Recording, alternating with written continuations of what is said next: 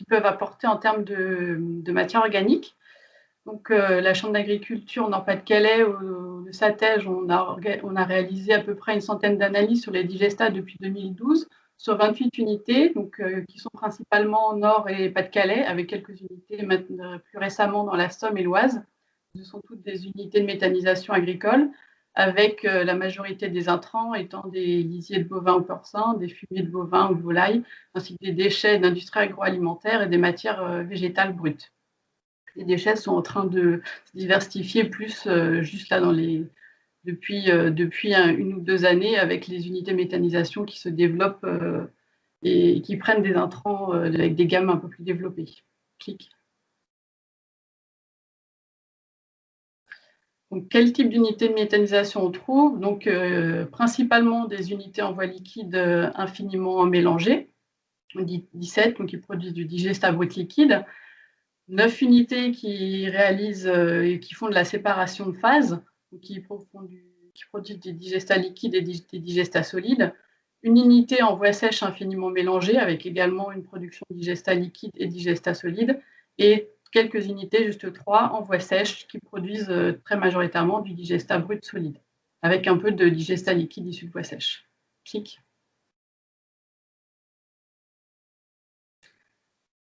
Clic, direct. Donc là, vous avez, donc sur ce tableau-là, vous avez les teneurs de ces différents types de digestats. Donc, je vais juste parler là de la matière organique. Donc, on voit que les teneurs sont à peu près équivalentes en Haute-France dans les digestats bruts liquides et dans les digestats liquides issus de séparation de phase. Donc, on est entre 42 kg par mètre cube ou 36 kg par mètre cube pour les digestats liquides issus de séparation de phase. Donc, ça vient des intrants dans les digestats liquides issus de séparation de phase, des intrants des unités de méthanisation qui ont beaucoup de fumier pailleux. Et le process de séparation de phase fait qu'on a des digestats liquides issus de séparation de phase qui sont encore relativement riches en matière sèche. Et pour les digestats solides, on a une teneur en matière organique qui est beaucoup plus importante, hein, c'est normal. Donc, on est là autour de 145 à 170 kg par tonne de digestats.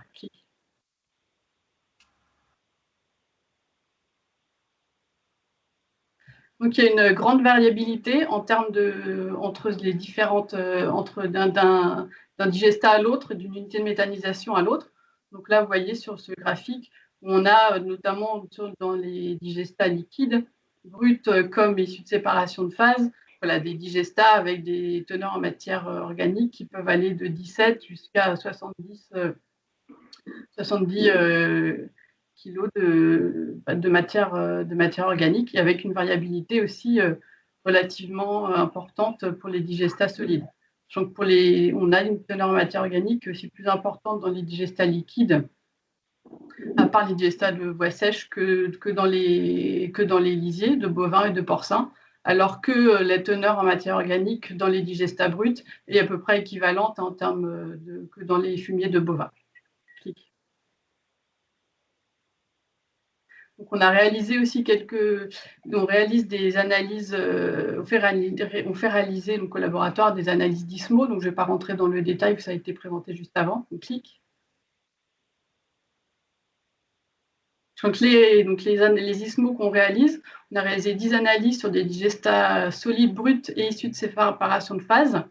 Donc, on a un ISMO moyen sur ces digestats d'à peu près 60% donc, de la matière organique, donc qui est plus faible que ce qu'on retrouve ce qu'on peut retrouver dans la littérature. Donc, ce qui fait qu'à peu près un apport de 25 tonnes de digestat solide issu de séparation de phase fournirait potentiellement 2,5 tonnes de matière organique qui serait stable.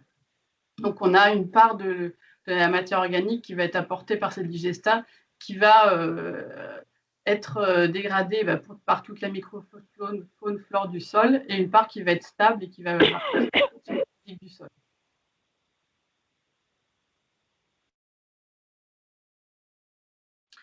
Donc, j'avais mis cette diapo sur le bilan humique, mais je pense qu'on en a beaucoup parlé aujourd'hui, donc je vais la passer vu le délai. Clic. Là, on continue quand même sur le bilan humique. Donc, pour faire un exemple, pour un bilan sur une rotation de 5 ans, donc avec une betterave, un blé avec des pailles enfouies, suivi d'une scipan, une pomme de terre, de blé paille enlevée et d'escourgeons paille enfouis, sur une parcelle d'un hectare en limon. On a un volume à peu près de 2400 mètres cubes de terre fine, ce qui fait à peu près 3600 tonnes de terre par hectare, et une quantité, si on a un taux de matière organique de 2% dans le sol, de 72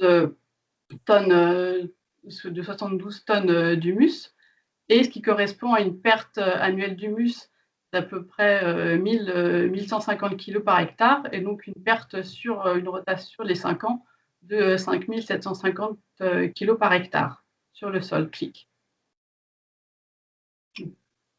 Alors, prendre en compte les restitutions, donc au niveau de la parcelle par les cultures, donc les restitutions des betteraves, des blés enfouis, des sipans, des pommes de terre, des blés paille enlevée ou des escourgeons. On a une restitution de 3650 kg par hectare, et donc sur le bilan humique de la parcelle sur 5 ans, on obtient à peu près une perte de 2100 kg par hectare. Et là, déjà, on peut voir avec tout à l'heure, qu'avec un apport de 25 tonnes de digestat solide sur cette rotation, donc on avait 2,5 tonnes de matière organique stable.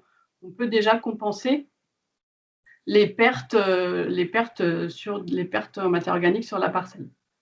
Maintenant, je vais vous présenter des modélisations réalisées avec l'outil Simeos AMG. Donc, trois modélisations. Donc, d'abord des modélisations en partant sur le principe d'une unité de méthanisation qui serait sur une exploitation en système de grande culture, donc qui, avant la mise en place de l'unité de méthanisation, aurait une rotation betterave, blé, pois, blé, betterave, colza, avec des résidus toujours restitués, des cultures intermédiaires mises en place, des cipans, donc une fertilisation seulement à base de minéral, et après la mise en place de l'unité de méthanisation, donc une production de digestat solide et de digestat liquide, donc une méthanisation qui aurait comme intrant surtout d'une base végétale. Donc, sans modification de la rotation, à part une mise en place de cives à la place de sipans, donc une année sur 4. Et là, on peut voir, que dans le système initial, on a une très légère augmentation du taux de matière organique, donc sur 50 ans, en partant d'une teneur de 1,78% de matière organique, on évolue à peine, vu qu'on arrive à 1,9% de matière organique au bout de 50 ans. Alors qu'avec la mise en place de la cive et l'apport de digestat, donc liquide et solide, là on a une augmentation un petit peu plus importante de la teneur en matière organique. Donc ensuite, c'est une modélisation où là il y a un changement de rotation plus importante, avec la mise en place d'une cive, donc là de seigle, et toujours des apports de digestat solide et liquide. Et là, dans la situation initiale, donc sans apport de digestat, une fertilisation seulement à base d'engrais minéral, donc il y a une légère diminution du taux de matière organique, et l'introduction de l'apport des digestats liquides et solides et des cives permettrait une légère augmentation du taux de matière organique. Donc la question qui se pose plus même de la part des agriculteurs qui mettent en place les unités de méthanisation, c'est quand ils sont éleveurs, qui font déjà des apports importants de matière organique sur leur sol via les effluents de leur élevage. Donc ils s'inquiètent du passage, notamment du fumier, à une utilisation de digestat liquide pour les unités en voie liquide. Donc, cette simulation montre ça, donc le passage d'un éleveur qui réalisait un apport de fumier tous les 3 ans, dans une rotation betterave-blé, maïs-blé, colza-blé, avec des résidus toujours restitués, sauf pour les céréales, donc enlever 1 an sur 2 et des scippants.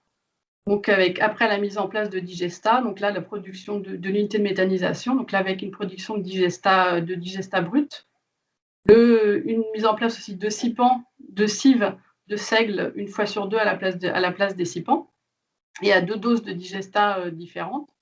Clic. On peut voir que le passage de la situation initiale à la mise en place donc, de la fertilisation avec le digesta, que ce soit à la dose de 25 m3 ou 35 m3, est toujours un peu dans les mêmes ordres de grandeur. Donc on a une augmentation de la teneur en matière organique qui est légèrement plus faible. Donc on passe d'une augmentation jusqu'à 2,16% de la matière organique à 2,05%. Mais c'est toujours dans des ordres, c'est toujours des évolutions du taux de matière organique qui sont vraiment minimes.